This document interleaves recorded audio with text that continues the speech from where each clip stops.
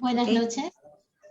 Muy buenas noches, bienvenidos a este Facebook Live especial del colectivo Unidad Democrática. Hoy tenemos a un invitado muy especial, verdaderamente es un honor para el colectivo contar con la presencia y con el tiempo del expresidente constitucional Manuel Merino de Lama, quien nos acompaña esta noche para absolver muchas dudas que hemos recogido durante la antesemana y para que nos cuente un poco más acerca de su vida política y de su vida personal como empresario agroindustrial. Quien nos acompaña también está Marisol, que es nuestra co-host de este espacio. Muy buenas noches, bienvenido, señor presidente. ¿Cómo está usted?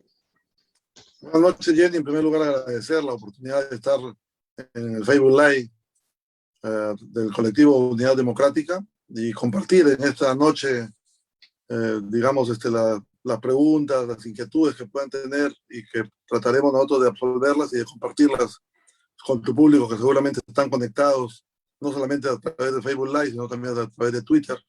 Y creo que es importante también, no solo la juventud, que está muy compenetrada en esto, sino también la clase política, que de una u otra manera, en las circunstancias en que vivimos, creo que es muy importante tener estos espacios democráticos.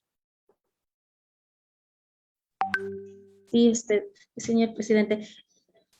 Quiero hacer una pequeña introducción para presentarlo como debe de ser, dando una pequeña extractos de su biografía, ¿no? Usted nació el 20 de agosto del año 1961 en la ciudad de Tumbes. Ingresó a la Universidad Nacional de Piura, la Facultad de Agronomía, el año de 1979.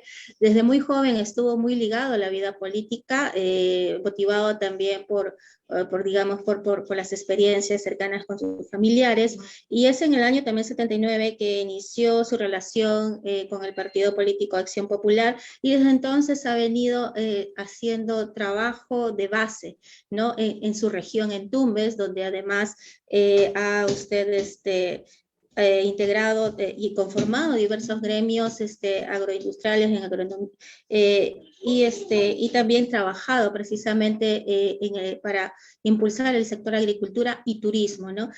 Usted ha en desempeño como congresista se inició en el año 2001 hasta el año 2021, y incluso lo que tengo que resaltar es que la encuesta Poder del año 2020 lo ha nombrado como el más influyente del Congreso de la República en ese entonces. Y además ha sido considerada como una de las personas más poderosas del país. Con esa pequeña introducción, le quiero hacer una pregunta. La primera pregunta es con respecto ¿cómo así usted se inicia en la carrera política?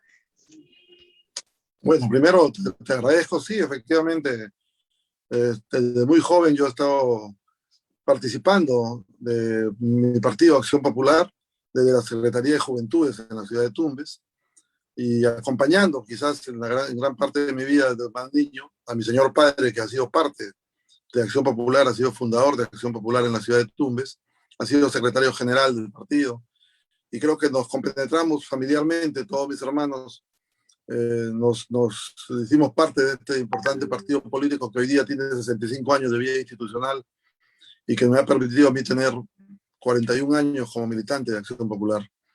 En ese sentido, primero que yo creo que la política hay que adecentarla, la política necesitamos que los jóvenes se compenetren en la política, que no sean parte de una utilización en la política, sino que sean parte de un desarrollo democrático e importante para la vida política del país. Me ha tocado a mí en esta oportunidad, ya que estamos en esta entrevista, ser 3 veces parlamentario. Fui parlamentario 2001-2006, luego 2011-2016, y luego en este periodo corto, periodo 2020-2021, que creo que la decisión que tomé de esta última participación fue estrictamente de servicio. ¿Por qué digo estrictamente de servicio?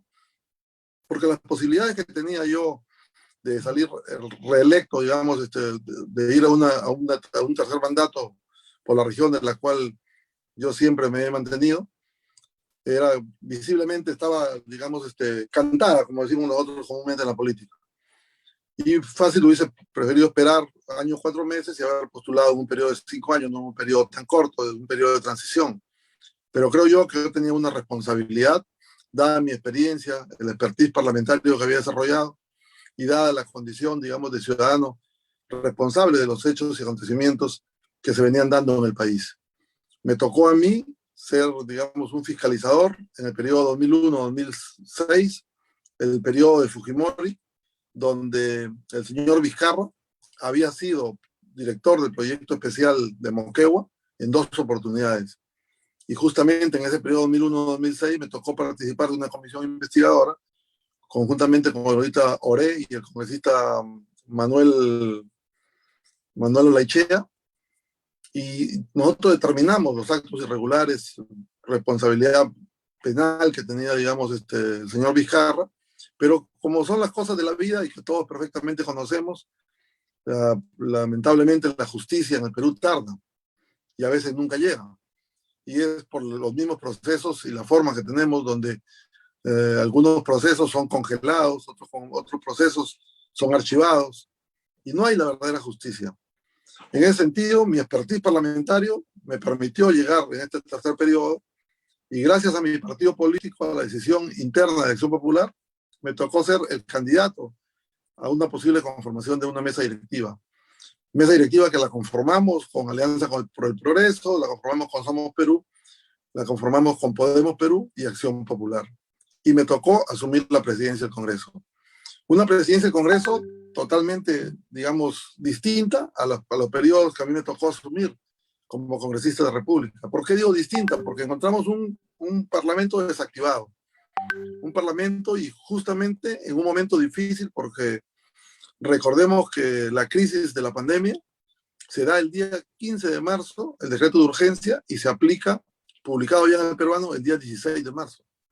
Y nosotros juramentamos el día 15 de marzo. Y naturalmente el Congreso, de forma normal, el Congreso demora alrededor de 15 a 20 días para instalarse totalmente. Me refiero desde la juramentación de los congresistas, la elección de la mesa directiva, la elección de los presidentes de las comisiones, de las 25 comisiones ordinarias, la elección del Consejo Directivo, la Junta de Portavoces, la Comisión Permanente y todos los órganos, digamos, constituidos del Congreso de la República. Y esos hechos nosotros los hicimos en 24 horas. Comenzamos a las 8 de la mañana y terminamos el día siguiente a las 9 de la mañana, si no me equivoco, 9 y cuarto de la mañana. Y ya nosotros habíamos juramentado en el Congreso, los 130 parlamentarios, una juramentación anómala que nunca antes se había hecho. Los 130, cada uno de su escaño hizo una sola juramentación. Y no solamente juramentamos, elegimos la mesa directiva y después de elegir la mesa directiva y constituimos todos los órganos de gobierno de un parlamento que iniciaba un proceso en un parlamento que había estado disuelto en el mes de septiembre del año 2019 y que no estaba funcionando. Y es complicado en una plena pandemia, con toda la prensa en contra del Congreso, como casi siempre lo ha tenido el Congreso, porque no es una institución muy apetecible. El Congreso siempre ha tenido una baja evaluación. Sin embargo, tú en la presentación claramente estableces un tema que creo que el tiempo nos va a dar la razón. El Congreso llegó a tener una aprobación bajo mi presidencia del 52%. Y, un dato súper interesante, 52% de aprobación es raro para el Congreso. Exactamente, y sin embargo la revista, efectivamente, Poder determinó que Manuel Merino tenía 78% de poder, digamos, de poder legislativo.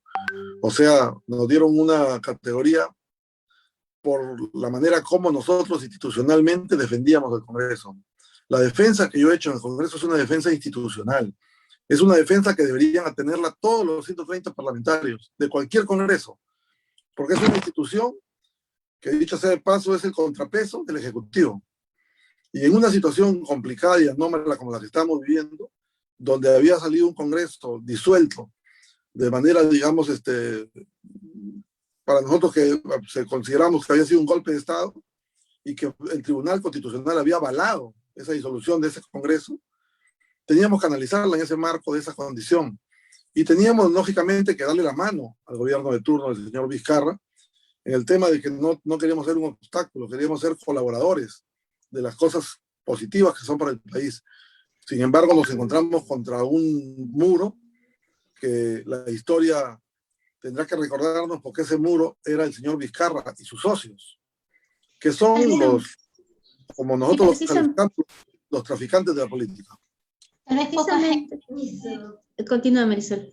sí, tal vez poca gente lo conocía a usted de una forma, digamos, mucho más cercana, ¿no? Cuando se dio el tema de la vacancia, realmente usted se volvió un personaje mediático en la política peruana, aunque usted había hecho mucha labor en su región. En ese sentido, o sea, para conocer un poco más a la persona, ¿no? Si bien es cierto, cuando sale usted presidente, después de la vacancia del señor Vizcarra, comienzan ataques sobre el tema de que si usted se había graduado, no se había llegado a graduar. Y queríamos saber, si bien es cierto usted no se gradúa, no hemos visto que se ha desempeñado en el sector agrario de una forma intensa. Ha sido miembro del Fondo Ganadero de Tumbes, ha sido presidente de comercialización de la Asociación de Productores de Plátano, ha sido presidente de la Asociación de Comerciantes de Plátanos y Frutas en general, integrante del Comité de Defensa de Agro Tumbesino, representante de productores agrarios de Tumbes, presidente del Comité Electoral de la Comisión de Regantes de la Margen Izquierda del Río Tumbes y presidente de la Comisión Permanente de la Deuda Agraria de Tumbes. Entonces, permítanos conocer un poco más de su vida antes, ¿no?, del tema de la vacancia y saber por qué usted estudió agronomía en la Universidad Nacional de Piura y por qué no logró culminarlo, si usted estudiaba y trabajaba, qué motivó que usted se retire de la universidad. A ver, bueno, efectivamente, yo creo que es importante hablar de la vida de uno para que la gente que nos escucha pueda conocer realmente de uno de dónde viene. Y yo he tenido la suerte, nosotros somos hijos de un matrimonio que tuvimos 6 hermanos, 5 hombres y una mujer. Y nos tocó, lógicamente, en el espacio de oportunidad que nos dio nuestro padre a cada uno de sus hijos, de tener la posibilidad de ser profesionales. Yo, desde muy temprana edad, asumí responsabilidades dirigenciales, porque siempre el sector agrario es uno de los sectores más maltratados, ha sido uno de los sectores más olvidados, ha sido uno de los sectores que, en el caso de mi región, el 90% son parcelas de menos de 5 hectáreas. Y se tiene una idea que siempre la costa es la que mejor se encuentra, la que mejor condición tiene la costa, pero sin embargo no se considera que en el caso de Tumbes, que es costa, es totalmente diferente a la condición de Piura, de Lambayeque, de La Libertad, donde ahí sí las unidades agrícolas son unidades mucho más grandes, donde los dueños de terrenos son arriba de las 10 hectáreas. En el caso de Tumbes, el 90% son agricultores menores a 5 hectáreas.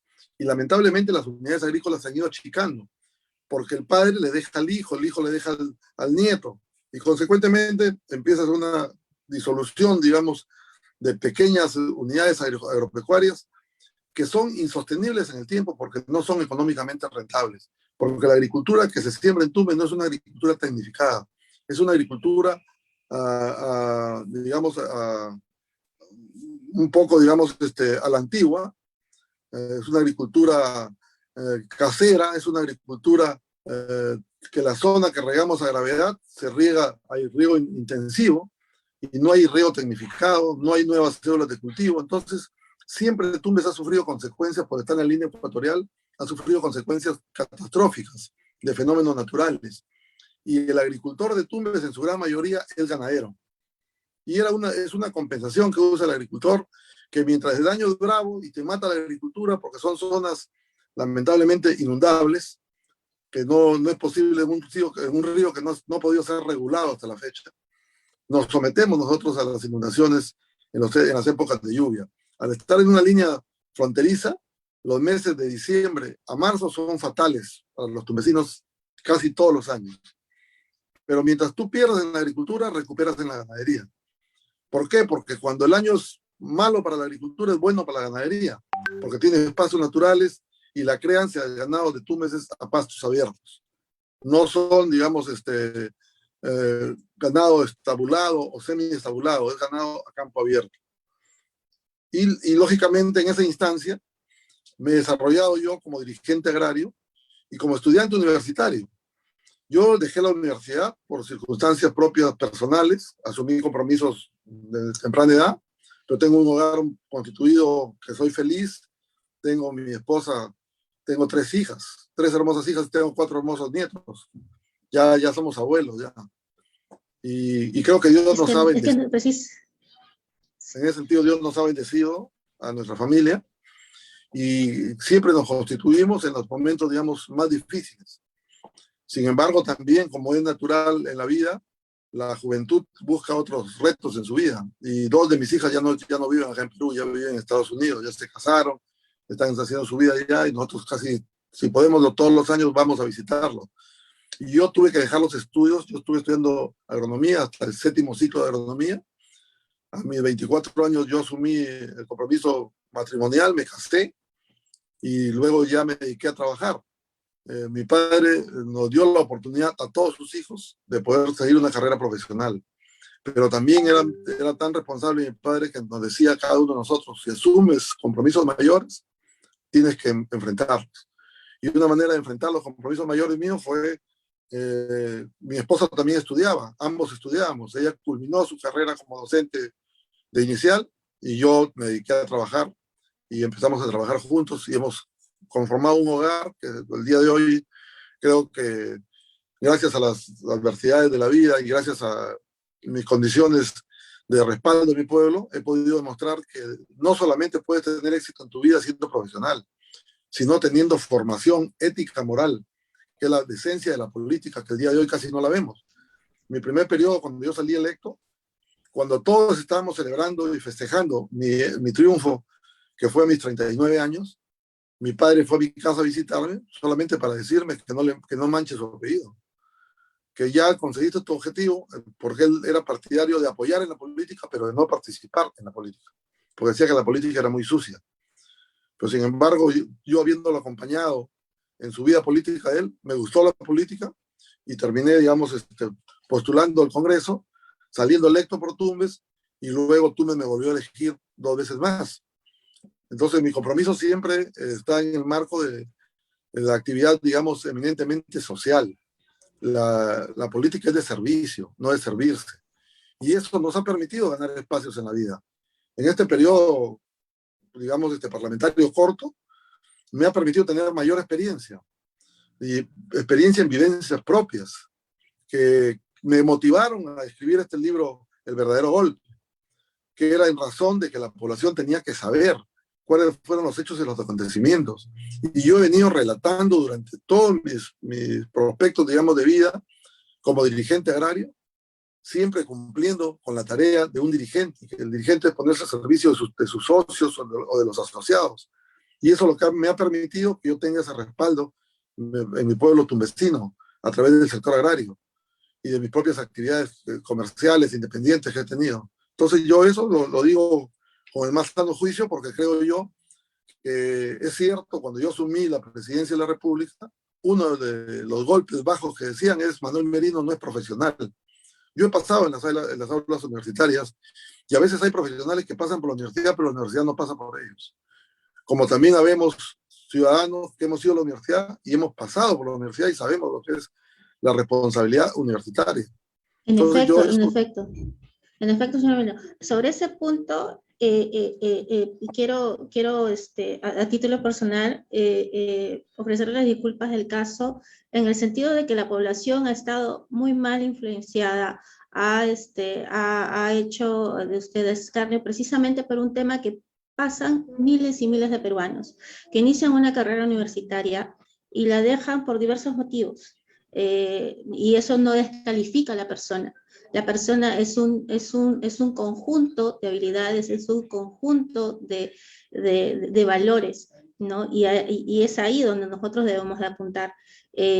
Lamentamos que también toda esta campaña de desprestigio ha sido movido por diversos medios de comunicación, por líderes de opinión, ¿no? Que aprovechando su influencia en los jóvenes, resaltaron negativamente esta parte de su vida, y no sean, y no solamente eso, sino también no han, digamos, dado las verdaderas razones por la cual usted deja las aulas universitarias, y como usted dice, ¿no? Muchos pueden pasar por la universidad, pero no todos se pueden considerar, buenos profesionales, porque es un binomio, ¿no? El Así es, profesionalismo con la calidad moral, ética, así personal, es. familiar. Inclusive un tema adicional que yo nunca lo he mencionado y que es bueno decirlo en este momento, las conversaciones que yo sostenía con amigos y con propios parlamentarios, algunos han tenido la posibilidad de llegar al Congreso y aprovechar para culminar sus carreras profesionales. Y yo postulé a una universidad acá en Lima, estando ya como congresista, y llegué hasta el tercer ciclo de Derecho. Y me retiré porque me era imposible, porque mi función era parlamentaria y no de aprovechamiento para poder lograr a través del Congreso terminar una carrera profesional. Y los tiempos eran muy complicados. Cuando tú cumples con tu tarea en el Parlamento, el tiempo te falta. Y cuando tú no quieres cumplirlo, el tiempo te sobra.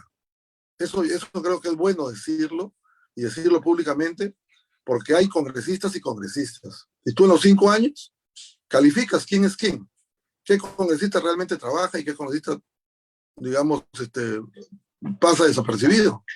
Yo en mis 3 periodos parlamentarios he presentado mis memorias a la población. En esta última, digamos, en este último periodo todavía no he terminado mi memoria, la estoy haciendo, pero los 2 periodos anteriores he presentado mi memoria de todos los trabajos que hemos hecho en el trabajo legislativo, en el trabajo fiscalizador y en el trabajo representativo.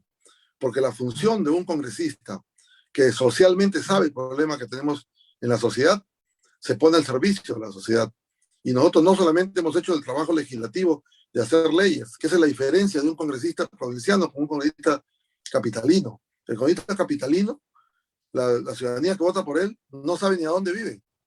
El congresista provinciano, tú llegas al lugar de tu origen donde te han elegido, y de momento que tú sales en una primera radio o llegas a la calle donde te conocen, ya toda la población sabe y la población te cae a tu casa con un sinnúmero de problemas que tienen ellos, y eso te permite desarrollar el expertise de saber realmente lo que viene sucediendo en la sociedad civil, y te permite comprometerte mucho más cuando tienes ese don del servicio, que es lo más importante en la política que tenemos que desarrollar los que queremos un Perú mejor.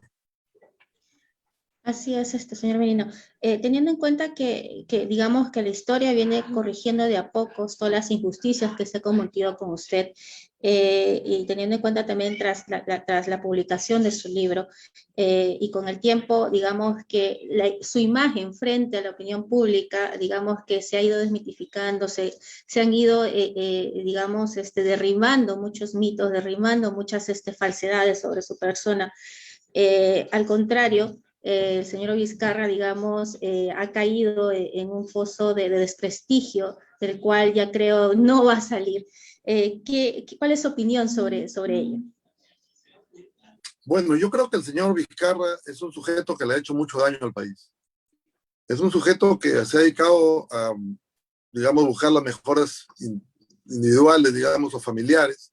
Y creo que una muestra del concepto que tenemos que tener el señor Vizcarra es que en plena pandemia él prefirió asegurar la vacuna para él y su familia, como asegurar la vacuna para sus ministros y sus funcionarios, como asegurar la vacuna para quien estaba encargado de los estudios de la universidad, digamos, que tenía la responsabilidad de ver los estudios y de poder ver cuál era lo más conveniente en el marco, digamos, estricto de esta crisis sanitaria que atraviesa el país.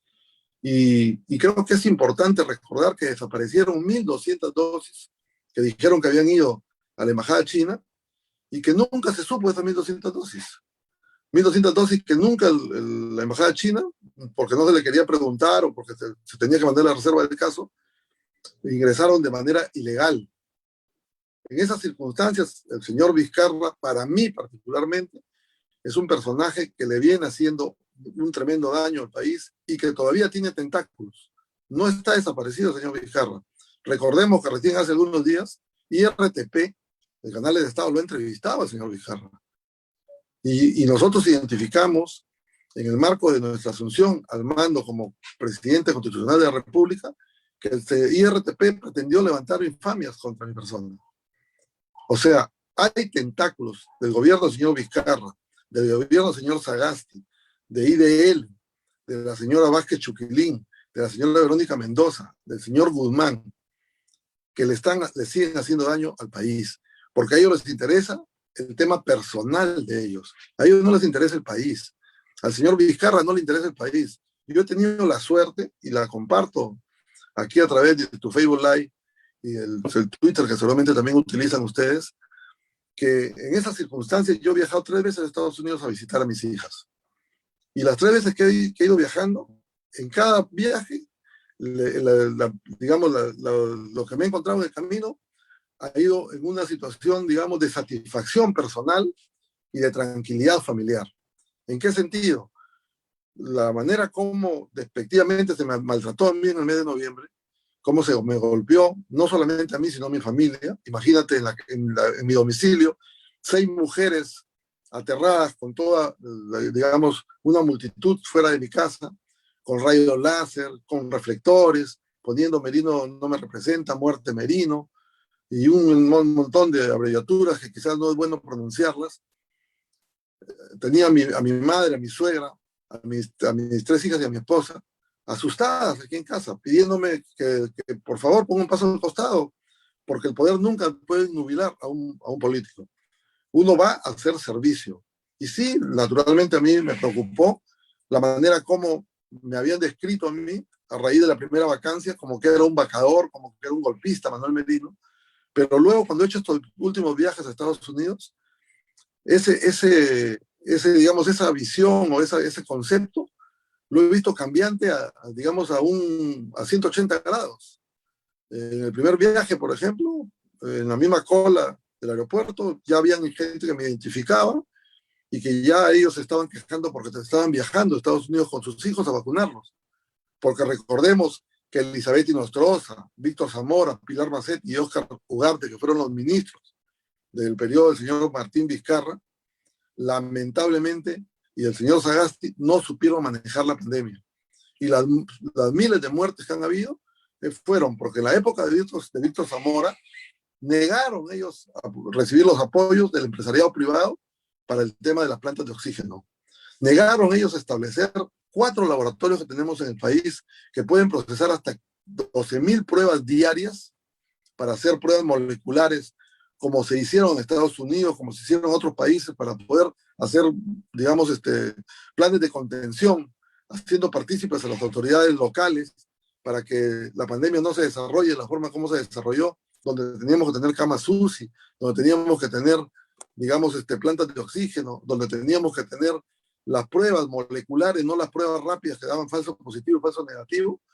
Creo que son las que identifican claramente ese personaje, que es el señor Vizcarra, el daño tremendo que le ha hecho al país y la continuidad que le ha dado el señor Sagasti.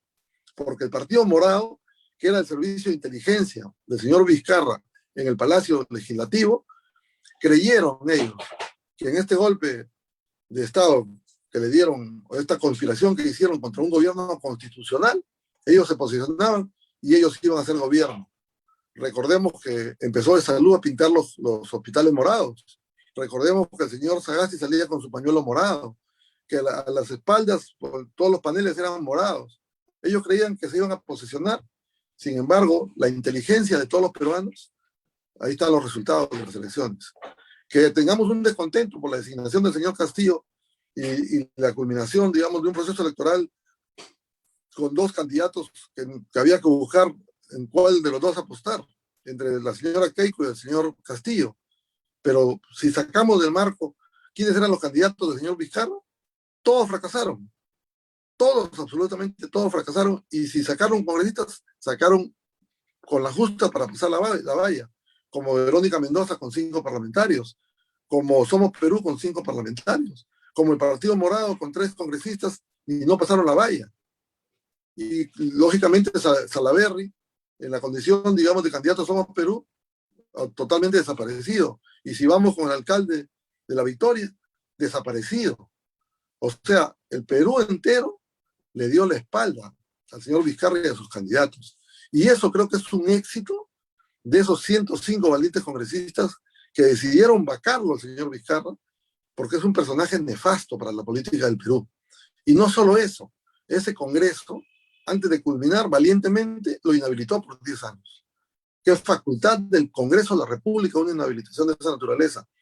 Que ahora los órganos del Estado, que fueron tomados por Vizcarra y consecuentemente continuaron con el señor Sagasti en la misma línea, haciendo comisiones o comisionitis, regalando 40.000 soles a esas pobres familias, como que si la vida costara 40.000 soles, porque la conciencia les remordía, porque la muerte de esos dos jóvenes que se dan en las marchas contra mi presidencia, esas muertes son sembradas, esas muertes son originadas por ellos mismos. Por eso ellos terminan regalándoles 40.000 soles a cada una de estas familias. Sin embargo, no se habla absolutamente nada de los 5 jóvenes que murieron, agricultores en defensa, digamos, de un reclamo legítimo, de la manera cuánto se les pagaba, digamos, en esta ley de la agroexportación. Entonces, esas son las... Llama la atención realmente que no, que los jóvenes que murieron en la protesta agraria no haya tenido tanto, digamos, imágenes en los medios, ¿no? No fue muy visto, no fue criticado Sagasti. En ese sentido, ¿qué cree usted que hubiera pasado si usted no renunciaba y qué impresión le da el señor Sagasti? Porque usted habla de él en el libro y hay un episodio de él en el libro. Y cuéntenos también, sí, porque nos estaba comentando de los jóvenes, ¿no? ¿Qué es lo que usted piensa sobre ese tema del paro agrario? Primero que efectivamente yo creo que no pueden haber diferencias de valores entre unas familias y otras familias, entre unos seres humanos y otros seres humanos.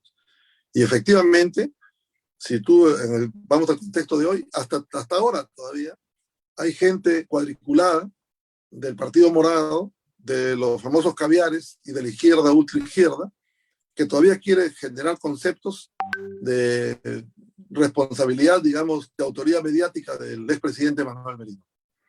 Cuando la investigación ya debe culminar y hay que exigirle al Ministerio Público que inicie una investigación a quienes realmente debió investigar desde un inicio. Y fueron a quienes asusaron la marcha en un momento de pandemia. Me refiero al señor Sagasti, me refiero al señor Guzmán del Partido Morado, a los miembros del Partido Morado que asustaron la marcha, como es de Belaúnde, que inventaron desaparecidos que nunca los hubieron, y de la misma forma también de la señora Verónica Mendoza, que salió conjuntamente con la señora Vázquez Chuquilín, y que luego dio como consecuencia lo que en la política nunca sucede, que las minorías gobiernan a las mayorías. El señor Sagasti creo que es un personaje privilegiado por el señor Guzmán. ¿Por qué digo privilegiado?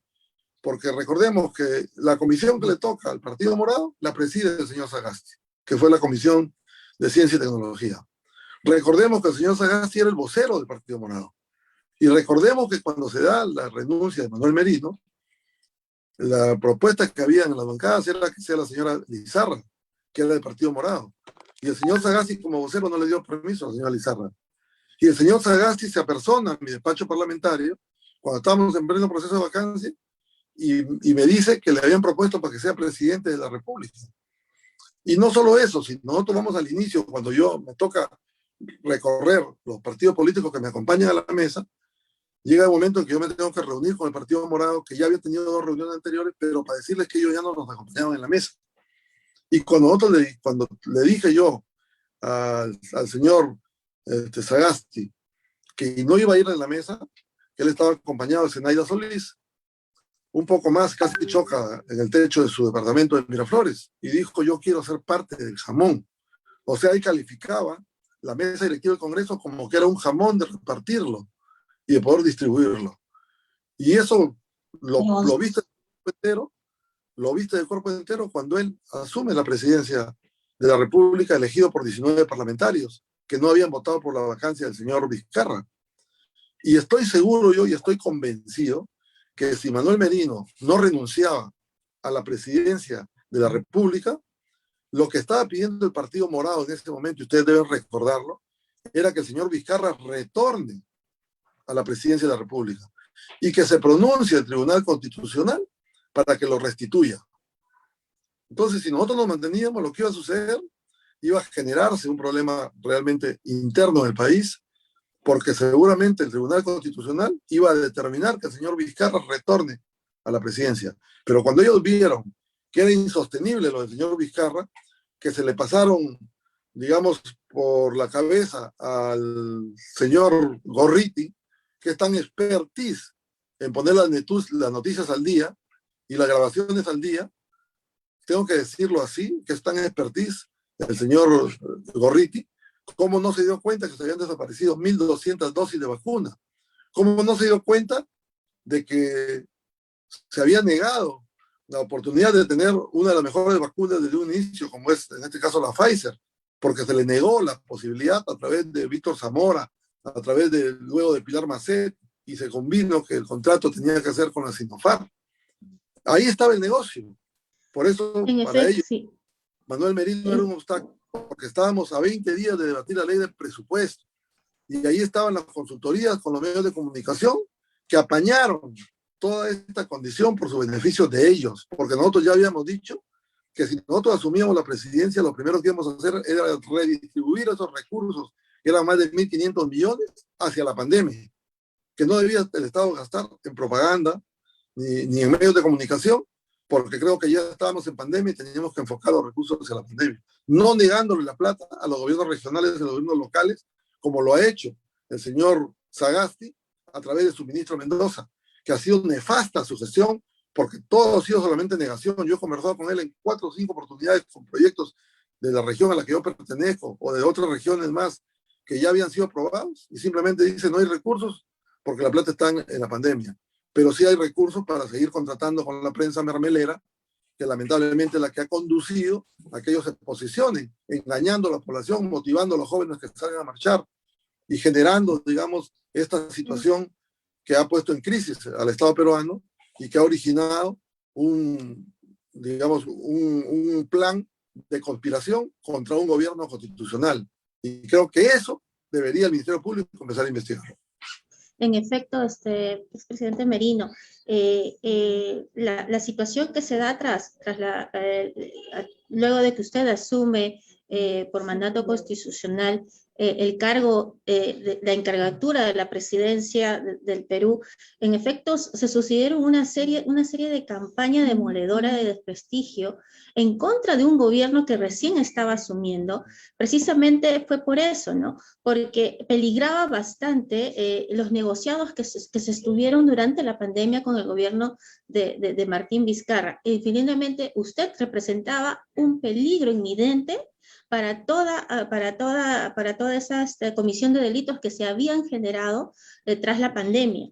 Y en efecto, ahí también se han movido hilos bien oscuros, que movieron precisamente a muchos líderes de opinión para digamos, menospreciar y desprestigiar a un gobierno que recién se estaba instalando, que no le dieron la oportunidad y exigiéndole, por ejemplo, la convocatoria a un gabinete a 24 horas de usted haber jurado, ¿no? Cosa que ahora, en estos tiempos, poniendo en este acuerdo, el electo presidente, el ciudadano electo, se demoró casi más de 20 días en nombrar o revelar o develar quién iba a ser su gabinete. Entonces aquí vemos una complicidad de muchos grupos de poder, ¿no? Y estamos viendo que esto a la larga se va a saber con el tiempo, que la población está abriendo los ojos,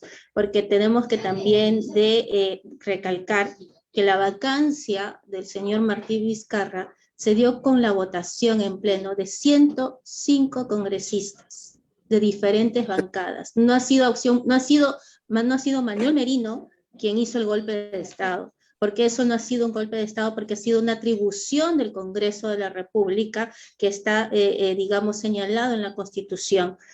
Y en efecto, esto hay que repetirlo una y mil veces si es posible para que entiendan los jóvenes sobre todo de que no fue un golpe de Estado. El golpe de Estado lo dio el Partido Morado, ya que con todas esas confabulaciones obligaron a un gobierno recién instituido a renunciar. En ese caso, a usted le pregunto, ¿cuál cree que ha sido el interés y la razón por la cual este Partido Morado, así directamente, se opuso a toda a esta vacancia? Porque en efecto fueron ellos quienes hicieron la contracampaña, una contracampaña bien intensa donde hubo evidentemente, no tengo manera como, pero pruebas, pero es evidente que ahí hubo bastante inversión para hacer todo este tipo de campañas.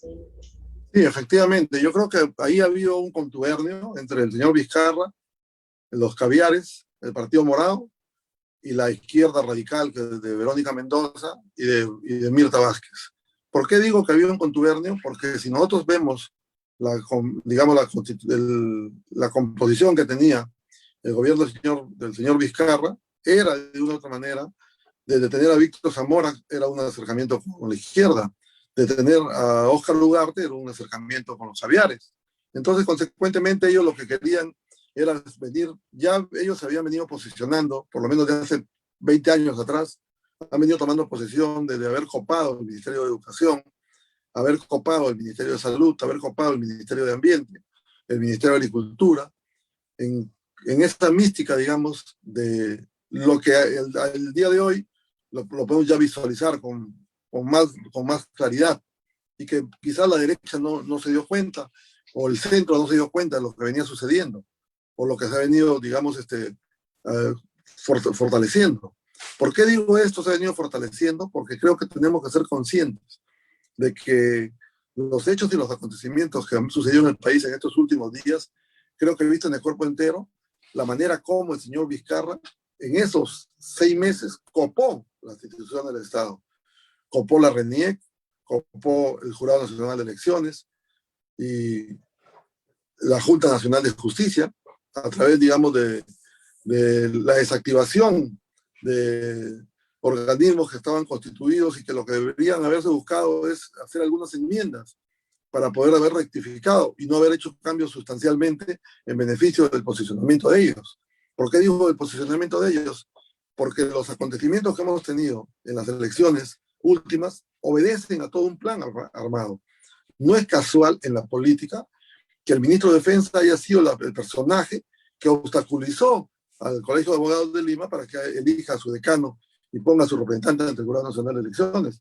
No es casual que el ministro de Defensa, que ha sido nombrado, haya sido quien obstaculizó al Congreso de la República la elección de los miembros del Tribunal Constitucional que tienen más de 2 años de mandato vencido. Y no es casual que tengamos un ministro de Economía allegado a la señora Verónica Mendoza. Entonces ahí hay una repartija en la propia palabra que ellos saben utilizar y que lamentablemente la población todavía no los identifica porque la derecha se ha dejado avasallar. ¿Y por qué digo yo esto se ha dejado avasallar? Porque recién vemos a la derecha en las calles. Las calles siempre han sido de la izquierda, pero ahora vemos a la derecha en las calles. ¿Por qué la derecha no pensó en el momento cuando dan el golpe de Estado contra un gobierno constitucional de Manuel Merino? Yo ahí estuve absolutamente solo. ¿Por qué? Porque el conglomerado que conspiró contra Manuel Merino eran de la ultraizquierda y de la ultraderecha. Recordemos, la señora Keiko salió a pedir mi renuncia. El propio presidente encargado del Congreso pidió mi renuncia al día siguiente. Y los congresistas salían a pedir perdón. O sea, el Congreso se dejó someter. En esos pocos días se dejó someter del plan armado por el señor Vizcarra, conjuntamente con el Partido Morado, con el señor Sagasti, con el señor Guzmán, con la señora Verónica Mendoza, la secretaria de la señora Nadine Heredia, y naturalmente la señora Vázquez Chuquilín, y todo su séquito que los acompaña a ellos, que configuraron, digamos, situaciones que utilizando medios de comunicación pagados, asalariados, con más de 1.500 millones al año, inclusive en RPP, el doctor Huertas. ¿Qué salía a decir el doctor Huertas del luego que decía que la pandemia contagiaba, que no salía a las calles, cuando las marchas contra el gobierno constitucional nuestro, que no contagiaban las marchas? Y lamentablemente a eso se sumaron que los ministros, los viceministros, los altos funcionarios renunciaron Y cuando los ministros de mi gabinete llegaron a sus despachos, digamos, ministeriales, estaban vacíos, pero tenían toda la gente en las calles y en las redes, gente que había sido salariada por ellos. Entonces, esas son las situaciones que es importante que la población lo vaya, digamos, masticando, lo vaya viendo. Y cuando yo me he encontrado con jóvenes a través de mis redes que me piden disculpas, que ellos fueron utilizados, que marcharon, nosotros recién podemos comprender y entender todo el plan estratégico que se había preparado desde la primera vacancia. Cuando se trató de inmiscuir a Manuel Merino en la maldita situación de que llamó los cuarteles, a través de las declaraciones que hizo el señor de IDL, el señor Gorriti, enmarcando, digamos, historias para desprestigiar, en este caso, el personaje del presidente del Congreso de la República. Cuando se dijo en ese momento, y creo que es importante poder recordarlo, que se decía que Manuel Merino telefónicamente había querido darle un golpe de Estado y se pretendió hacerme una denuncia para meterme preso, destituirme del Congreso, y mientras mi procedimiento seguía la investigación, ellos ya habían tomado el Congreso como lo tomaron con la señora Vázquez Chuquilín, porque el Congreso ha estado tomado los 8 meses últimos. El Congreso no ha estado funcionando como contrapeso del Ejecutivo. El Congreso ha sido cómplice del señor Sagasti durante 8 meses. Y eso lo han permitido la clase política, que no han tenido la capacidad de poder tomar una decisión, de hacer una censura y sacar a la presidenta del Congreso para hacer el contrapeso que se necesitaba y haber podido elegir a los miembros del Tribunal Constitucional y haber podido modificar constitucionalmente la cuestión de confianza, el artículo 132 y 133 de la Constitución Política. Esos hechos son los que tenemos que describirlos y que son parte de la historia, y que este primer libro que hemos escrito nos pone prácticamente en la palestra histórica del país para que los peruanos sepamos lo que sucedió el año 2020 y en ese quinquenio. Todos los hechos de los acontecimientos, desde la asunción del cargo del señor Pedro Pablo Kuczynski, que tenía una investigación del año 2016 sobre los sucesos irregulares que hubieron con la famosa Odebrecht, y que las circunstancias hemos terminado con tener prácticamente 4 presidentes en 5 años. Esa condición. Por esas irregularidades y por esa falta de decisión del Ministerio Público del Poder Judicial, que se ha acostumbrado a tenernos prácticamente congelando las investigaciones y luego archivando las investigaciones de actos de corrupción que no nos permiten realmente recuperar la confianza en todos los peruanos. Y que eso es lo que ha dado como consecuencia que los jóvenes hayan salido a marchar y nos hayan puesto, digamos, en la condición de que todos somos iguales, que la clase política es la misma toda, y en realidad no es así. Yo creo que los que queremos al Perú tenemos que defenderlo. Y los jóvenes, ustedes, como colectivo de Unidad Democrática, los felicito porque están haciendo una tarea de docencia, que creo que es sumamente importante para que quienes están mirando tu Facebook Live y que puedan ver tu Twitter, que seguramente ustedes en los pasajes estarán sacando, puedan ser parte de la sumatoria que necesitamos de peruanos de bien, que queremos un Perú con mejor oportunidad. Señor presidente, justamente tocando el tema que usted ha comentado sobre el desprestigio del que fue usted objeto, ¿no? Y de la filtración que había ya en el Congreso mismo, las personas que trabajaban con ustedes, ¿no? Que salieron a marchar y que no había nadie en el Congreso ese día trabajando. En ese sentido, yo quería que usted nos diga si cree que con el tema de la municipalidad, el tema que usted ha tocado también sobre las cámaras, que estaban aparentemente bien, y luego no se ha llegado a ninguna conclusión por este tema de Inti Brian, y justo hay una pregunta de un niño que nos está viendo, él se llama Fernando Huamanchumo Campos, y le manda esta pregunta, ¿no? Él dice de que si Inti y Brian se hubiera podido evitar la muerte de ellos de alguna manera, ¿qué es lo que usted piensa sobre eso? ¿Qué es lo que realmente pasó? Y un poquito usted lo contó en una pregunta anterior, pero tal vez ahora sabiendo que un niño nos está viendo, de repente se puede usted dirigir a ese público más joven, ¿no? Él también dice que le aconseja, dice, ¿Qué le aconseja estudiar? También ha preguntado. Le voy a su pregunta. Gracias. Bueno, Fernando Amanchú, te felicito a ti y a todos tus amigos contemporáneos tuyos que seguramente nos están mirando. Efectivamente, el tema de Inti de Brian y el tema del alcalde de Lima Metropolitana, creo que va de la mano para poder hacer un análisis en ese contexto. Primero, que el alcalde de Lima Metropolitana en su momento dijo que las cámaras funcionaban. Y justo donde muere uno de los jóvenes, o donde se encuentra uno de los jóvenes muertos, resulta que el alcalde dice que la cámara ahí no funciona. Si tú empiezas a hacer un retroceso de su vida política del alcalde de Lima, te encuentras que en la municipalidad de Miraflores, uno de sus tenientes de alcalde fue de Belaúnde, y Gino Costa creo que fue uno de sus regidores, si no me equivoco. Entonces ellos tenían una relación con anterioridad, y creo yo que ha sido una de las motivaciones por la cual él también salió a pedir mi renuncia.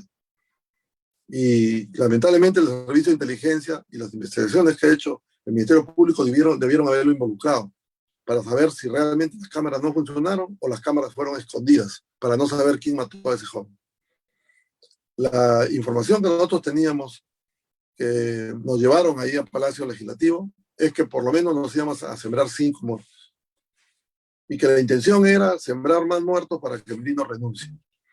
Y hay pasajes en las redes que nos alcanzaron en su momento, donde la gente marchando y tirando piedras y atacando a los policías decía: muere uno y Merino renuncia. Entonces ya había un plan armado.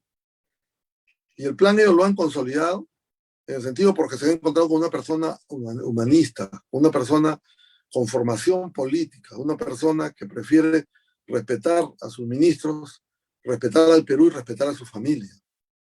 Poner un paso al costado nosotros no era de cobardes, porque después de la guerra todos son generales. La gente dice: ¿por qué no te quedaste? ¿Por qué no sacaste a los militares a la calle?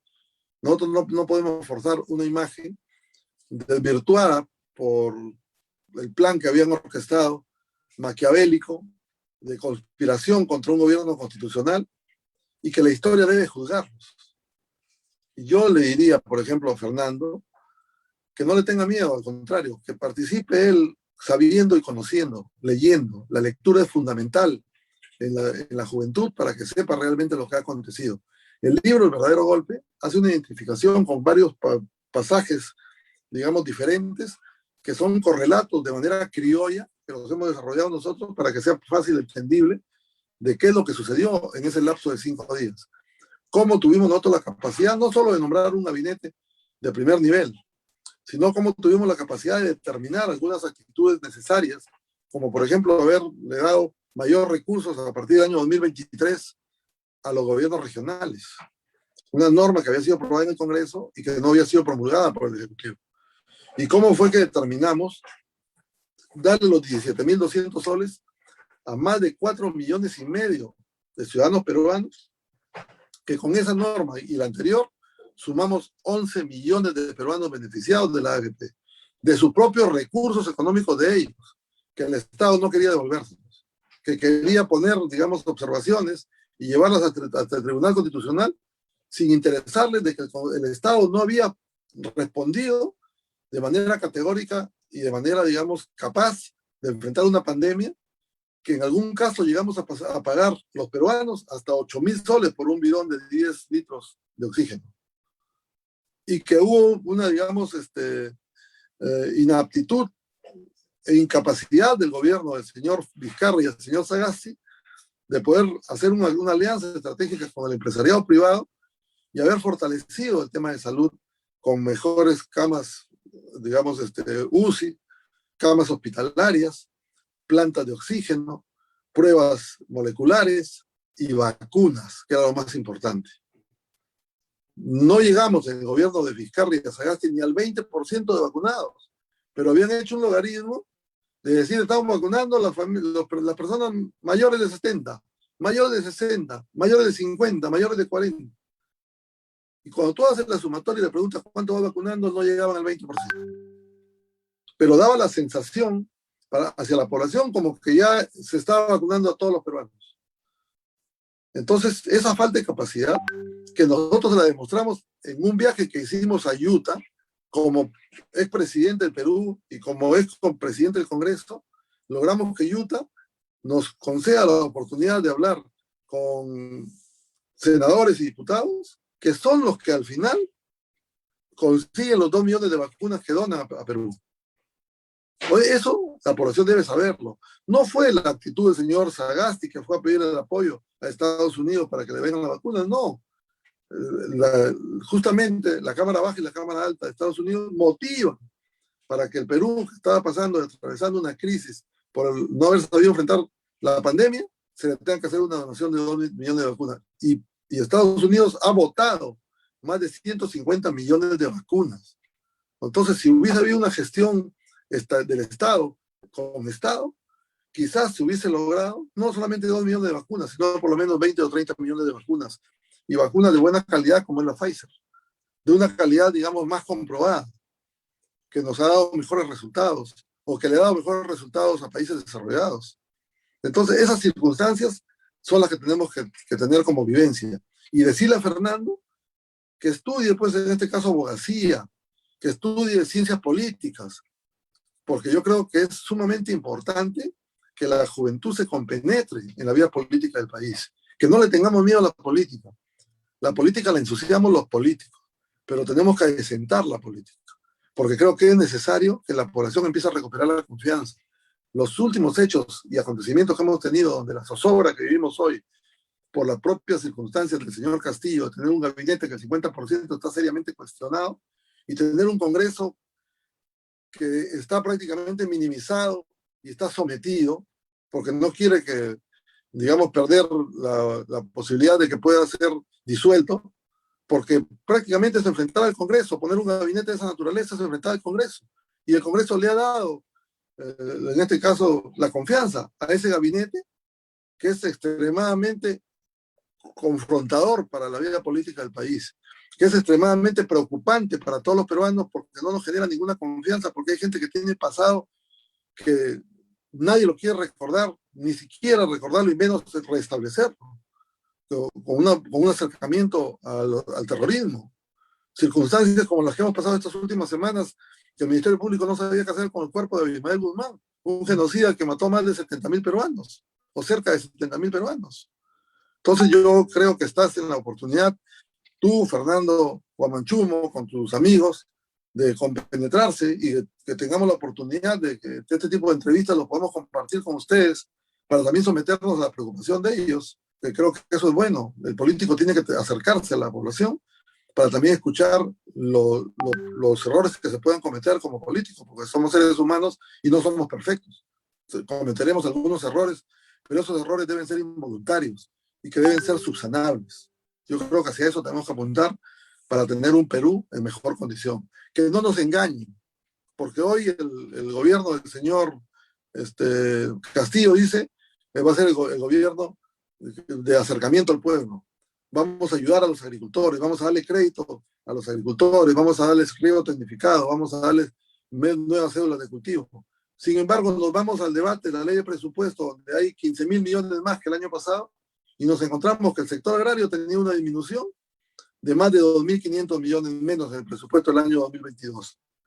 Y que eso consecuentemente es el 30% menos. Entonces, ¿cómo le ofreces tú al sector agrario? Optimizando los recursos, podría ser, pero con esos montos de 2.500 millones es imposible que le puedas dar crédito a los agricultores, que le puedas dar caminos de acceso a las zonas productivas, que le puedas dar riego tecnificado, que le puedas dar nuevas células de cultivo, canales de comercialización que te puedan generar mejores precios a la agricultura. Yo creo que no nos tenemos que dejar engañados, y el conocimiento es sumamente importante, saber lo que está pasando para poder discutir y para poder confrontar, en que no nos dejemos engañar. Gracias, expresidente. Justo me ha estado pasando más saludos, está emocionado Fernando.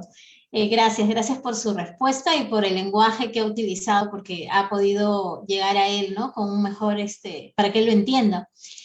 Quisiera rescatar de lo que en este momento nos ha dicho algo importante que hemos visto nosotros, ¿no? Con Jenny en el transcurso de estos meses, que para la gente no era visible el tema de las vacunas, de las pruebas. Si bien es cierto, nunca no habíamos pasado una pandemia y probablemente la gente que ahora nos hemos unido en el colectivo, que hemos descubierto muchos amigos y tenemos una empatía más allá de la política por un bien social, ¿no? Hemos sido los raros de esos tiempos, de los tiempos en los que usted había asumido el gobierno, porque éramos los que sí nos representaban y sí estábamos de acuerdo que Vizcarra, el presidente Vizcarra salga. La gente no ha podido ver toda la implicancia que va a tener el virus en el futuro, en el país. O sea, no se trata de estos años ni se va a acabar en 5 años. Hay que adaptarnos para todo lo que nos reste de vida de esta generación, ¿no? Así es. Y falta, o sea, no ha habido en el tiempo, Sagasti, qué pena de verdad que usted no prosiguió. Cuando usted asumió la presidencia, sabe usted que ese fue uno de los pocos días que me levanté optimista, después de que supe que usted lo había asumido. Me levanté así como, ay, creo que sí hay esperanza, porque me preocupaba mucho hacia dónde íbamos sin vacunas, sin gestionarlas, porque salían noticias en el extranjero donde se sabía que ya Estados Unidos estaba tratando de comprar vacunas y otros países y nosotros estábamos deshojando margaritas a ver cuál funciona. Cuando se sepa cuál funciona, ya no iban a haber vacunas, ¿no? Y había cuarentenas y cuarentenas, y en fin, ¿no? Ojalá que ahora desde el Congreso y todas las personas que activan en política puedan reforzar este tema en la población, porque esto va para largo, ¿no? Quisiera hacer una pregunta que nos ha llegado a través del Twitter. A ver, es del señor Walter Calderón. A ver, le pregunta que en qué momento de su mandato como presidente se sintió solo, digamos, como arando en el mar, ¿no? Y que la lucha que tenía no solo era contra Vizcarra, sino tal vez contra el comunismo. En este sentido, ¿usted identificaba ya que era una lucha contra el comunismo y tiene alguna autocrítica de su gestión?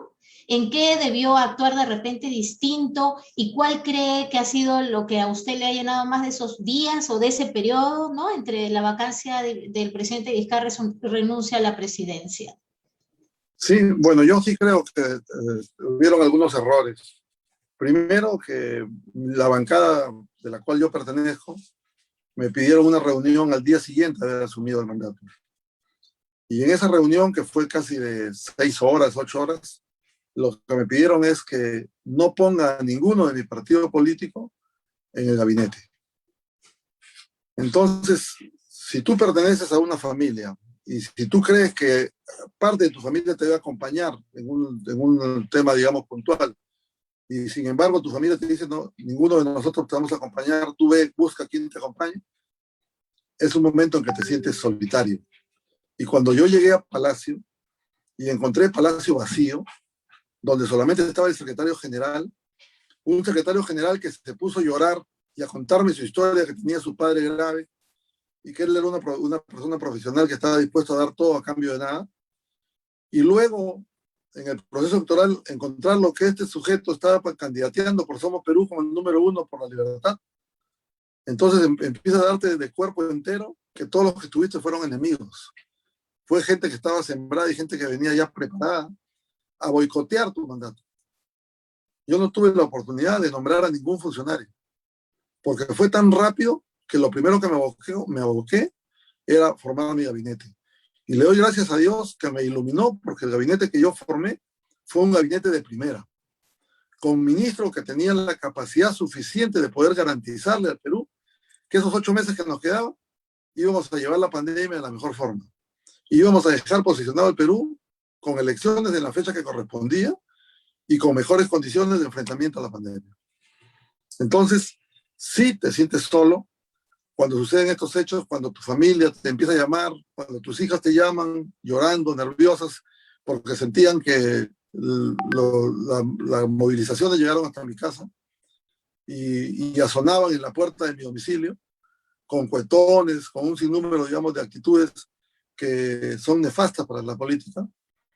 Naturalmente, creo que en ese momento lo que se te cruza en la cabeza es primero la defensa de la vida. Y cuando vieron los dos primeros muertos, que yo estaba justamente el día sábado, en horas de la noche, reunido con el presidente del Consejo de Ministros, reunido con el jefe de la DIN, preguntándole qué cosas, quiénes estaban financiando la marcha, porque como dirigente agrario, yo perfectamente conozco lo que son movilizaciones dirigenciales y de población.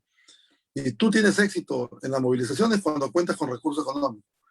Entonces, estas movilizaciones que tenían más de 10 días y se mantenían en permanente, atención con toda la logística necesaria, me hacían entender de que aquí había manos oscuras, que aquí había personas, digamos, que no estaban identificadas, pero que teníamos que empezar a ver de dónde venían todos esos recursos. Y nos llegó alguna información que todavía no es, digamos, legítimamente contrastada, pero por ejemplo nos llega una información que en el grupo aéreo número 8 baja un jet privado y en ese jet privado viene el hijo de Soros con 10 maletas, que no sabemos qué traían esas maletas. Y el hijo de Soros con quien tiene vínculo es con el señor Gorrito. Y luego vemos que en las redes, los Facebook, los Twitter que salían, habían personajes ligados a instituciones privadas, como es la Asociación de Bancos, Banco de Crédito, funcionarios del más alto nivel, que estaban petardeando a través de Twitter. Vemos en algún momento algunos futbolistas profesionales. En otros casos vemos, personas que tienen de una u otra forma un sitial, los famosos tuiteros, que tienen espacios ganados. Entonces empezamos a sentir que realmente teníamos todo un conglomerado. Yo políticamente ya había enfrentado una situación, digamos, de contrapeso contra un gobernador regional. Lo hice en Tumbes. Entonces yo estaba acostumbrado a confrontar. Yo he estado acostumbrado a confrontar políticamente, como lo estuve haciendo contra el señor Vizcarra cuando pretendía avasallar al Congreso. Pero a través de las redes, del Facebook, del Twitter, nunca lo había sentido.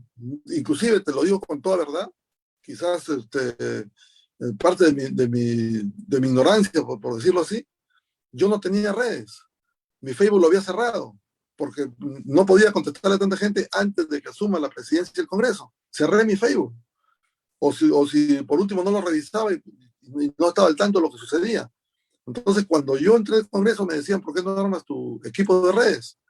Yo dije que yo no necesito equipo de redes, porque aquí hay que salir con el canal del Congreso, hay que fortalecer el canal del Congreso, hay que hacer que se restituya IRTP la hora que le da el Congreso todos los días, y que nos lo dieron en los últimos 2 meses que quedaban, pero los primeros 6 meses no nos dieron esa hora. Entonces yo pensé que con eso era suficiente confrontar un plan, digamos, muy bien articulado de parte del señor Vizcarra y de sus socios, de esos traficantes de la política que nos han hecho tanto daño al país. Entonces, esas circunstancias sí creo que me faltó estar más preparado. Quizás eso fue parte de mi derrota, porque no me podía defender, porque en un momento de esa naturaleza ya armar redes para defenderte era imposible. Y yo sí soy consciente que yo podía haber movilizado gente, pero mi intención no era que haya enfrentamiento. Porque nosotros con la ley de AFP, si yo la firma y la promulgación la hacía pública y convocaba, digamos, a toda esa magnitud de más de 11 millones de peruanos que habían sido beneficiados, naturalmente iban a avasallar a los pocos jóvenes que estaban saliendo de las calles. Y cuando yo detecto que en varias regiones del país quienes estaban costeando las movilizaciones eran algunas autoridades, por ejemplo, en el caso de Tumbes, del gobernador regional, porque a mí me llaman mis correligionarios y me dicen, me mandan fotos, está el gerente del gobierno regional, está el de presupuesto, me empiezan a hacer nombrarme todos los funcionarios que estaban, y el gobierno regional había declarado libre ese día para salir a marchar contra Manuel Merino. Entonces yo entendía que había todo un plan armado y que las acciones del señor Vizcarra, si empezamos a mirarlas hacia atrás, esa semana de la vacancia, él empieza a convocar a los gobernadores regionales y a los alcaldes para ofrecerles transferencias de recursos económicos. Transferencias de recursos económicos que cuando asume el señor Sagasti se las niega, se las quita, se las arrebata. Entonces, esos hechos sí creo yo que fueron los que de repente flaqueamos, no estuvimos a ese nivel, y que fue lo que originó mi renuncia irrevocable al cargo, porque para mí me interesaba más la vida y la tranquilidad de todos los peruanos que en este caso que mi ego personal. Así es, señor Estevenido. Recordamos perfectamente que extrañamente se estaban armando grupos para movilizaciones, se estaban, digamos, financiando o promoviendo precisamente estas salidas para generar una convulsión social. Y ya estamos descubriendo poco a poco realmente cuáles eran los intereses. En parte de su intervención, usted habló acerca de que faltó unidad de las clases políticas de centro y de derecha, y de las clases políticas democráticas. Y evidentemente también hay que precisar que Acción Popular es uno de los partidos que durante estos últimos años se ha visto fortalecida precisamente con el respaldo popular. En el anterior en las elecciones complementarias, fue la primera agrupación que obtuvo una mayoría en la banca, mayoría congresal, y en estas elecciones últimas generales es también una de las fuerzas que tienen mayor presencia parlamentaria. ¿Qué nos hace falta a los demócratas para unirnos? Porque estamos viendo, sinceramente, que muchos representantes, muchos movimientos políticos, partidos políticos, están luchando pero por su lado. Acción Popular, ¿qué está haciendo Acción Popular frente a este escenario donde se está poniendo en peligro la vida republicana y democrática del Perú? Bueno, efectivamente yo sí hago mención en el libro que nos faltó unidad, porque creo yo que si las bancadas democráticas en el Congreso hubiesen tenido una posición diferente, creo que las circunstancias históricas hubiesen sido otras. Yo decido mi renuncia en la madrugada del día sábado, conjuntamente conversando con mi familia, y la mañana del día domingo. O sea, en la madrugada, mejor dicho, en la madrugada del domingo y la mañana del domingo. ¿Por qué? Porque empiezo a sentir yo que el tema se desbordaba y que las madres de familia que salían también a hacer su famoso suena de tambores a través de las ollas, era un tema, digamos, bien organizado, y que en esas circunstancias los únicos perdedores hemos sido todos los peruanos. Y hoy, frente a la coyuntura, naturalmente creo que estamos preocupados. Acción Popular, muy bien lo has dicho tú, recibió el respaldo con 25 parlamentarios, pasamos de 5 a 25. Y en el periodo mío fuimos igualmente 5. Acción Popular viene del periodo 2001, 3 parlamentarios. El periodo 2001 eran 3 parlamentarios. 2001, 2006, igualmente 3 parlamentarios. 2006, 2011, 4 parlamentarios. Y 2011 a 2016, 5 parlamentarios. 2016 a 2021, 5 parlamentarios. Y subimos a 25 y ahora estamos con 16. Creo que tenemos una gran responsabilidad. Acción Popular ha cumplido este año 65 años de vida institucional. Tenemos la dirigencia del partido en el señor gobernador de Cajamarca con 2 años de mandato vencido, igual que los miembros del Tribunal Constitucional. El partido tiene un gran reto. Estamos en elecciones internas del día 25 de este mes, que yo espero el partido designe al mejor secretario nacional, y que ese secretario nacional se dedique fundamentalmente a fortalecer las bases del partido y a no tener esas divisiones nefastas que nos originan críticas hacia nuestro partido político, porque creo yo que tenemos que mirar el Perú como una base hacia adelante y no podemos permitir que el comunismo siga creciendo y que la ultraizquierda se siga posicionando, porque creo yo que el Perú necesita tener un espacio de desarrollo como oportunidad para todos, y que eso no necesariamente se da con una nueva constitución.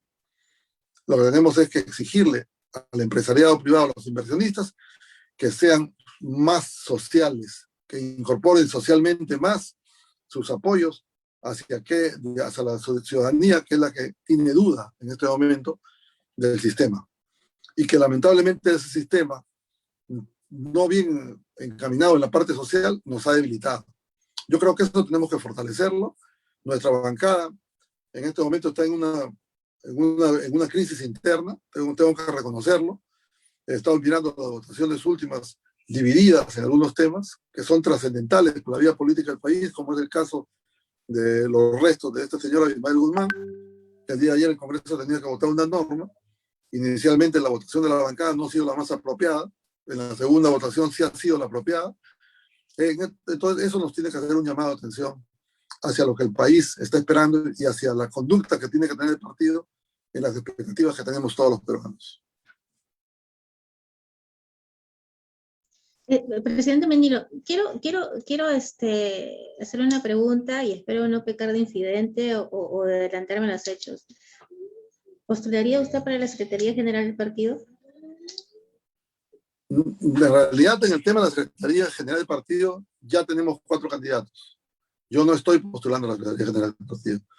La segunda elección que va a tener el partido es la presidencia del partido. La presidencia del partido necesita algunos requisitos y esos requisitos tienes que cumplirlos estrictamente. Entonces, posiblemente nosotros en la Secretaría esperemos que gane el mejor de los contendores de los 4 candidatos y que sea el partido quien gane. Y luego veremos el tema de la presidencia del partido. Pero el partido tiene que fortalecerse, el partido tiene que renovarse, el partido tiene que incorporar jóvenes. Hoy día tenemos un problema interno en Acción Popular y es que hay pocos jóvenes. La gran mayoría de los más de 200.000 integrantes de Acción Popular son gente adulta mayor, y creo yo que el partido tiene que renovarse con jóvenes.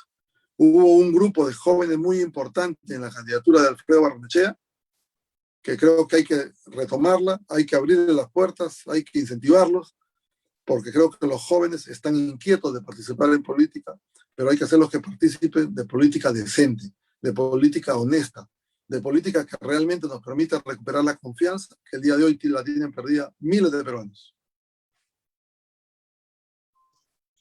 Gracias. Tiene también saludos de varias personas, vamos a mencionarlos para que estén contentos de que usted haya recibido su saludo. Primero el de María Ángel, que lo va a entrevistar a través del Space la otra semana, o sea, de Twitter. Está muy emocionada por eso, ahorita está justo oyéndolo. También nos ha acompañado hoy día en las redes David Velázquez, Walter Calderón, Bazán, Giovanni Alarcón, Lucy Gutiérrez, Pierina Altuna, Danitelo Chispichiani, Margarita Grados, René Cuito, Silvana Rocío, Charito Aures, Amelia Baltázar, Gabriel Jiménez, Juan Carlos Sara, Giovanna Valencia, Ana Vargas, San Andrés. Ellos han mandado saludos para usted. Y bueno, y también queríamos hacer un comentario con Jenny.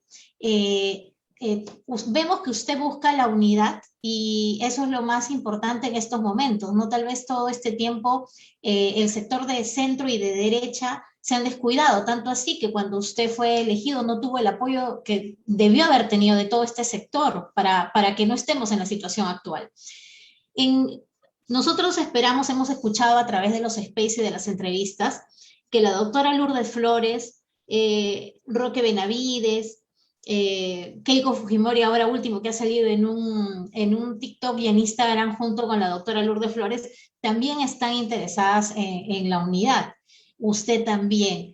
Y nosotros estamos haciendo muchos trabajos para lograr esto, trabajos que se van a ver de repente en algún momento, ¿no? Ya plasmados en concreto y vamos, quisiéramos que nos haga el honor de asistir cuando lo convoquemos, porque nos interesa que todas las bancadas estén presentes, porque si bien es cierto en este momento Acción Popular tiene algunos, digamos, problemas, ¿no?, internos, esto no significa que hay que separarnos más, ¿no? Siempre lo comentamos con todos los chicos en general, hay que unirnos más para que juntos, dejando de lado las diferencias, podamos derrotar esta situación, que no, pero pueden pasar hasta más de 5 años de repente y seguir así si es que ahora no nos unimos. Presidente, entonces ya le vamos adelantando eso, vamos a tratarlo de contactar más adelante. Jenny. Lo comprometemos para un futuro llamado de unidad democrática, para que se una precisamente a esta voz de unidad, así como se llama nuestro colectivo, Unidad Democrática, donde estén presentes todas las fuerzas democráticas, sean de centro, de derecha, de cualquier camiseta política. Aquí lo que importa es unir a los peruanos de bien. Y bueno, no quiero dejar de hacer presente también un saludo de una asistente a esta charla, de Nadia Salcedo. Le manda muchos saludos, afectuosos saludos. Y nuevamente darle las gracias. Ya creo que ya es momento de terminar esta conversación. Ha sido muy provechosa, sobre todo para conocer de su voz lo que ha pasado en este último año, la experiencia que le tocó vivir, y a modo de desagravio, precisamente porque usted lo dejamos solo. Así, lo digo, lo dejamos y me incluyo. Lo dejamos solo en una lucha contra una fuerza antidemocrática y lamentamos precisamente que un presidente y un gabinete de lujo no haya hecho más por nuestro país, ¿no? Y muchísimas gracias, y esperemos que ese don de gente, esa política, esa buena política que usted realiza, siga sembrando esas semillitas que esperemos que germinen para el bien no solamente del Partido de Acción Popular, sino para el bien del país. Así es, Jenny, así es, Marisol. Yo quiero agradecer a todos los que me han saludado, a todos los jóvenes que se han identificado a través justamente de Facebook Live y me han mandado saludos. Yo también les mando un saludo cariñoso y fraterno. Me comprometo a través de un colectivo de unidad democrática de poder participar. Tengo un gran concepto de las personas que han nombrado, como la doctora Lourdes Flores Nano, de los demás políticos que han mencionado ustedes y que ya los han tenido la oportunidad de entrevistarlos. Creo yo que más allá de las formas tenemos la responsabilidad, que no tenemos que decirlo de boca, sino con hechos. Busquemos la unidad porque el Perú está por encima de todo. Y creo que hay que recuperar la tranquilidad ciudadana. Y hay que enfrentar al comunismo, enfrentar, digamos, a la Javieraja, que disfrazada siempre ha copado espacios. Y que hoy el problema interno que tienen ellos es con el señor Cerrón. Cuando ellos saquen a Cerrón de encima, ellos contentos y felices porque han logrado su cometido. Y eso creo yo que no es un tema que nos debe generar tranquilidad a todos, pero al contrario, nos tiene que generar preocupación. El Perú está por encima de todo y no queremos tener pasados terroríficos y peor pasados de otros países que han vivido y que están en crisis en este momento, como lo está pasando Venezuela, como lo pasó Ecuador en su momento, como lo está pasando Argentina, como lo pasó en algún momento también Bolivia. Entonces, en esas circunstancias creo que tenemos una gran responsabilidad y creo que los que somos demócratas tenemos que demostrarlo con hechos, no con palabras. Y nosotros nos comprometemos desde ya, a través del colectivo de Unidad Democrática, agradecerte, Jenny, agradecerte, Marisol, por la oportunidad que me han dado de haber estado en esta entrevista a través de Facebook. Un abrazo, que Dios me lo bendiga y será hasta una próxima oportunidad. Bendiciones. Gracias, gracias.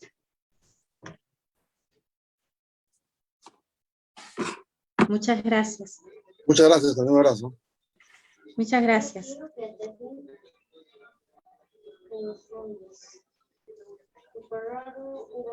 Jenny, mira, justo tenemos que hacer hincapié de que va a estar de nuevo el expresidente Merino el próximo jueves a través de Space a las 10 de la noche, a las 10:15 para ser más exactos, 10:15 de la noche.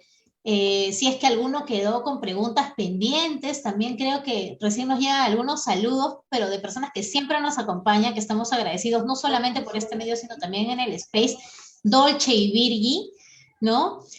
Seguramente ellas van a estar atentas para poderlo saludar personalmente el día del Space, que es la próxima semana, el día jueves 23 a las 10:15 de la noche, conducido por María Ángel. Sí, los esperamos. Conéctense, vamos a tratar de darles los micros a la mayor gente posible. Les pedimos paciencia porque a veces las redes se saturan y está ahí la administradora del espacio sufriendo porque no, se le cuelga a veces mucho la aplicación y la herramienta para dar los micros. Un poquito de paciencia nada más y más bien agradecerles también a las personas que nos siguen, a las personas que se suman a este tipo de convocatorias, y solamente hacer un llamado de que también hagan política desde sus casas. No, es importante, como dice el señor Merino, la política, tenemos que retomar el sentido de la política, el sentido bueno de la política, desde donde, de nuestros hogares, y eso se tiene que irradiar a través de nuestros vecindarios, de nuestros amigos, para hacer una sola fuerza. Eso es lo único que quiero decir. Muchísimas gracias. Gracias, Marisol. Espero haber dado la talla en esta entrevista y muchísimas gracias. Gracias a todos, Jenny. Gracias a ti, porque tú eres una periodista experimentada, así que para mí ha sido un honor hoy día compartirlo contigo. Muchas gracias. Bueno, gracias. Muchas gracias. Y gracias a Miguel Rivas, que esta vez nos acomodó en el backstage, no viendo todo el tema de la conectividad. Muchísimas gracias. Gracias, Miguel.